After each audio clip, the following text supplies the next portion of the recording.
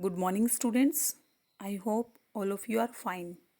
In last class, we studied about our environment like lithosphere, hydrosphere, atmosphere, and biosphere, which is outside of the earth. But have you ever thought about inside of our earth? Means what is inside our earth?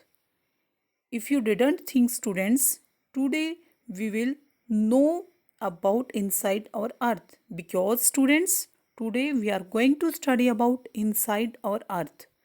Class 7, chapter 2, geography. Actually, students, the earth is the only planet where life is possible. So, the earth, our homeland, is a dynamic planet. It is constantly undergoing changes inside and outside. You can see the inside of the earth. Here are two images. One is inside of earth and the second one inside of onions. Because our earth is look like a onion from inside. Just like an onion, the earth is made up of several concentric layers, as you can see in the image of onion and earth, with one inside another. Inside of the earth, there are three layers. The first one is crust, as you can see in the image, and the second one, the middle, mantle, and the last one, innermost, core. There are two types of core, inner core and outer core. The first one, crust, the uppermost layer or the earth's surface is called the crust. It is the thinnest of all the layers. And the crust forms only 0.5% of the volume of the earth, 16% consists of mantle, and 83% makes the core. The continental crust and oceanic crust. Actually, there are differences in the minerals which is found on the continental crust and oceanic crust.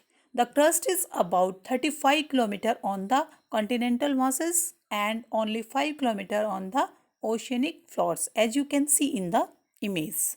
The oceanic crust mainly consists of silica and magnesiums.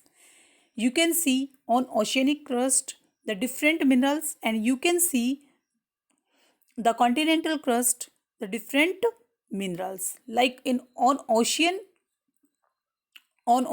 crust, SEMA means Si, silica, Ma, magnesium, and on continental crust you can see silica means silica and alumina means Sial means Si means silica, Al means aluminium. Now mantle. Just beneath the crust is the mantle, which is extend up to depth of 2900 km below the crust. And the last and innermost layer is core. The innermost layer is core with a radius of about 3500 km. It is mainly made up of nickel and iron and is called Nife means Ni nickel and Fe ferrous means iron. The central core has very high temperature and pressure.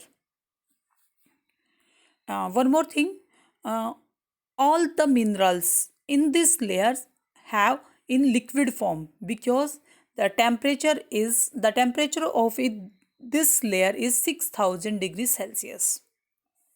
Now the interesting fact, the deepest mines in the world is the South Africa. It is about 4 km deep in search for oil. Engineers have dug a hole about 6 km deep to reach to the center of the earth, which is not possible, and you will have to dig a hole 6000 kilometers and deep on the oceanic floor.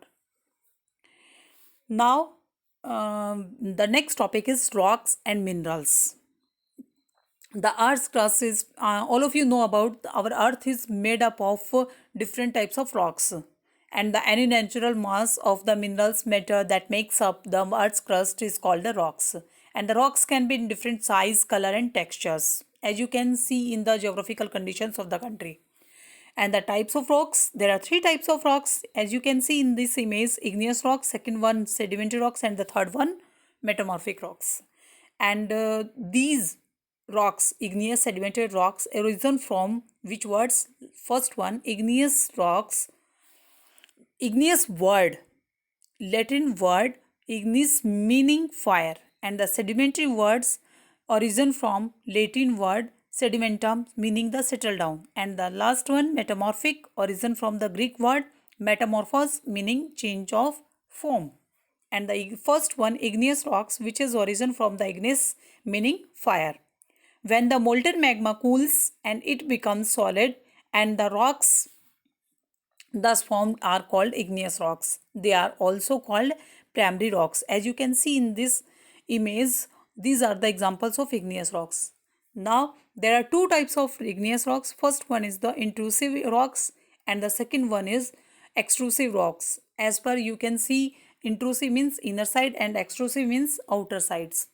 Extrusive igneous rocks means lava is actually fiery and the red molten magma the coming out from the interior of the earth on its surface.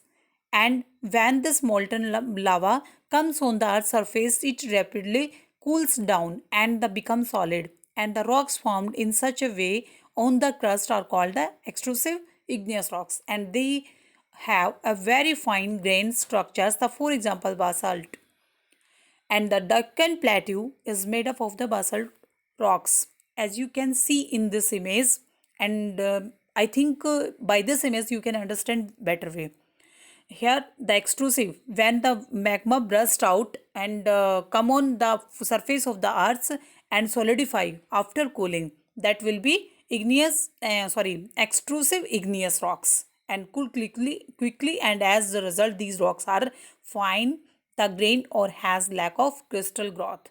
Now the second one, intrusive igneous rocks. Sometimes the molten magma cools down the deep inside the earth's crust, and the solid rocks so formed are called the intrusive igneous rocks. Since they cool down slowly and they form the large grains, and the granite is an example of the such rocks. Grinding stones used to prepare the paste in powder of spices, and the grains are made up of granite, as you can see in this image. And by this image you can understand the better way. The inside means intrusive igneous rocks which have formed inside the crust. Now next, sediments or sedimentary rock. Sedimentary rocks, as you can see in this image, that you can identify very easily because it is formed in a sheets or layers, as you see in this image. And the rocks roll down and the cracks and hit each other are broken down into small fragments, and these smaller particles are called the sediments. And these sediments are transported and deposited by winds, water, etc. These loose sediments are compressed and hardened to form layers of rocks. And these types of rocks are called sedimentary rocks. For example, sandstone is made up of grains of sand, and these rocks maybe contains the fossils of plants, animals, and other microorganisms and once lived on them. Now, the important facts is that the igneous and sedimentary rocks can change into metamorphic rocks under the great heat and pressures. For example, the clay change into slate and limestone into marbles. Metamorphic rocks form due to the effect of the heat and pressure on existing rocks. Metamorphic means changes formed, and this can greatly affect the hardness, textures, or layer patterns of the rocks, as you can see in the image. The pressure of the surface rocks and heat generated from inside of our earth and raising up. Now, here are some using of rocks. All of you know about rocks are used for making roads, houses, and buildings. And also we also all of you I think always use the stones in many games, like seven stones. In normal language we call the pittu, and the hopscotch, and the stoop, and the kit and the five stones, the gitti. these there are some games we play always. All the children are playing street and school ground, and the rocks are used in making monuments. For example, red forts and Taj Mahal are made up of this type of rocks. The red fort is made up of red stone, and the Taj Mahal is made up of white marble. Now, rock cycle means how these rocks are formed. कैसे ये formed हो रहा है? First of all, we have need to know about definition. This process of transformation of the rock and from one to another render certain conditions in a cyclic manner is known as the rock cycle. And as you can see in the image, and I think by this image you can understand the better way. The first of all, when the molten magma cools and it solidifies to become the igneous rocks. Then igneous rocks, as you can see, the molten magma, and the second one igneous rocks. And then igneous rocks are broken into small particles and that are transported in deposit to form sedimentary rocks, as you can see the third part. And when the igneous rock and sedimentary rocks are subjected to heat and pressures, they change into metamorphic rocks in the fourth stage. Sediments and sedimentary rocks, fourth, and the fifth one, metamorphic rocks.